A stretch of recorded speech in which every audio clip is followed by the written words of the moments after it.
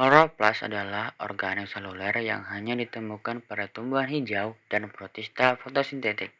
Struktur kloroplas terdiri atas Membran, storama, tilakoloid, dan juga gerana. Membran kloroplas berfungsi untuk melindungi isi kloroplas dan juga mengatur masuknya zat-zat di dalamnya. Yang kedua ada storama. Storama berada di dalam di dalam membran kloroplas, yaitu berupa cairan kental yang disebut storama. Nah, si storama ini mengandung enzim yang digunakan dalam tahap-tahap fotosintesis gelap. Terus yang ketiga itu ada tilakoloid. Tilakoloid adalah tempat terjadinya tahap terang atau fotosintesis terang yang dimana pigmen klorofil menangkap energi cahaya, yaitu tilakoloid ini ada di dalam storama. Terdapat tilakoloid yang merupakan strukturnya itu pipih dan juga melingkar. Grana adalah tumpukan tilakoloid yang saling berhubungan. Grana merupakan tempat utama yang dimana reaksi cahaya fotosintesis berlangsung. Untuk jumlah dan ukuran kloroplas itu sangat bervariasi. Jumlah setiap sel memiliki kurang lebih itu sampai 30 sampai 200 kloroplas. Dan berukurannya itu 4 sampai 5 mikrometer. Bentuk kloroplas itu yaitu bulat telur.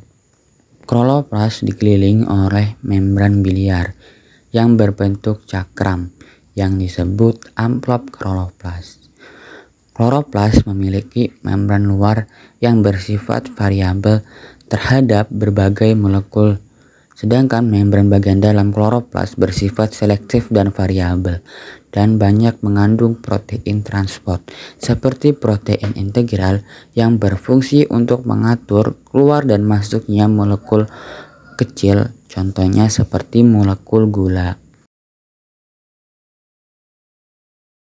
Proses pengubahan senyawa air H2O dan karbon dioksida CO2 yang dibantu oleh cahaya matahari yang diserap oleh klorofil sehingga menghasilkan senyawa glukosa yaitu C6H12O6.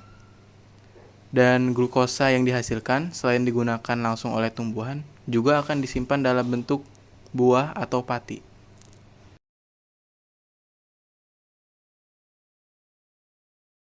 Reaksi gelap merupakan reaksi lanjutan dari reaksi terang dalam proses fotosintesis. Reaksi gelap tidak membutuhkan cahaya dan terjadi pada bagian kloroplas yang disebut stroma. Bahan reaksi gelap adalah ATP dan NADPH yang dihasilkan dari reaksi terang dan CO2 yang berasal dari udara bebas. Hasil dari reaksi gelap ini adalah APG asam fosfogliserat, ALPG atau fosfogliseraldehid, RDP atau ribulosa difosfat, dan glukosa C6H1206.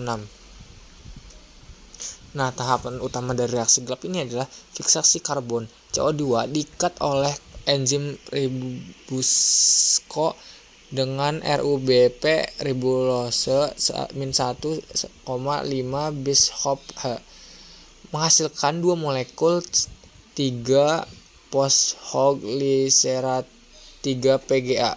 Reduksi 3 PGA diubah menjadi gliseraldehid 3 fosfat G3P menggunakan ATP dan NADH. Lalu regenerasi RUBP G3 digunakan untuk membangun berbagai molekul gula termasuk glukosa, dan RUBP diregenerasikan untuk menjadi siklus kembali. Nah, faktor dari yang mempengaruhi laju reaksi gelap adalah ketersediaan CO2. Konsentrasi CO2 yang lebih tinggi meningkatkan laju fiksasi karbon. Intensitas cahaya diperlukan untuk menghasilkan ATP dan ADHP dalam reaksi terang yang penting untuk reaksi gelap. Temperatur, suhu yang optimal untuk reaksi enzimatik dalam reaksi gelap adalah reaksi 25 derajat Celcius Dan reaksi ini ditemukan oleh Melvin Calvin dan Andrew Benson. Karena itu reaksi gelap disebut juga reaksi Calvin-Benson.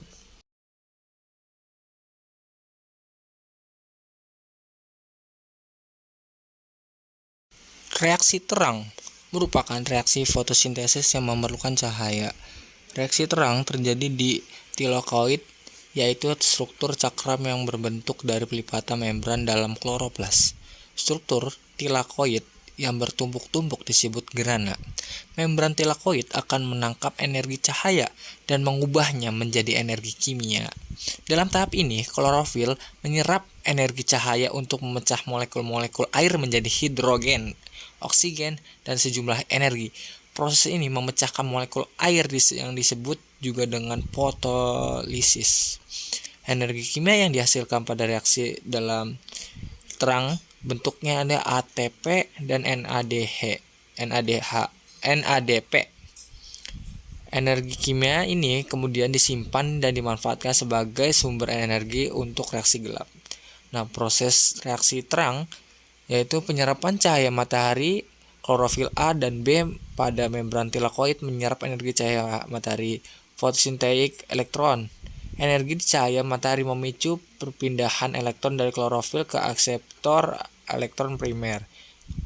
Elektron bergerak melalui serangkaian pembawa elektron, melepaskan energi dan menghasilkan ATP melalui fotosintesis, fosforilisasi siklis dan non-siklis. Aliran elektron bergerak melalui serangkaian pembawa elektron, melepaskan energi dan menghasilkan ATP melalui fotosintesis, fosforilasi siklik dan non-siklik. Fotolisis air, molekul air dipecah menjadi oksigen dan proton H+. Elektron dari air digunakan untuk mengisi kembali akseptor elektron primer. Produksi NADP, energi dari aliran elektron digunakan untuk menghasilkan NADP. Nah, produk dari reaksi terang ada ATP atau sumber energi kimia untuk reaksi gelap, dan juga NADPH untuk pembawa elektron berenergi tinggi untuk reaksi gelap, dan juga satu lagi oksigen atau O2, fungsinya produk sampingan yang dilepaskan ke atmosfer.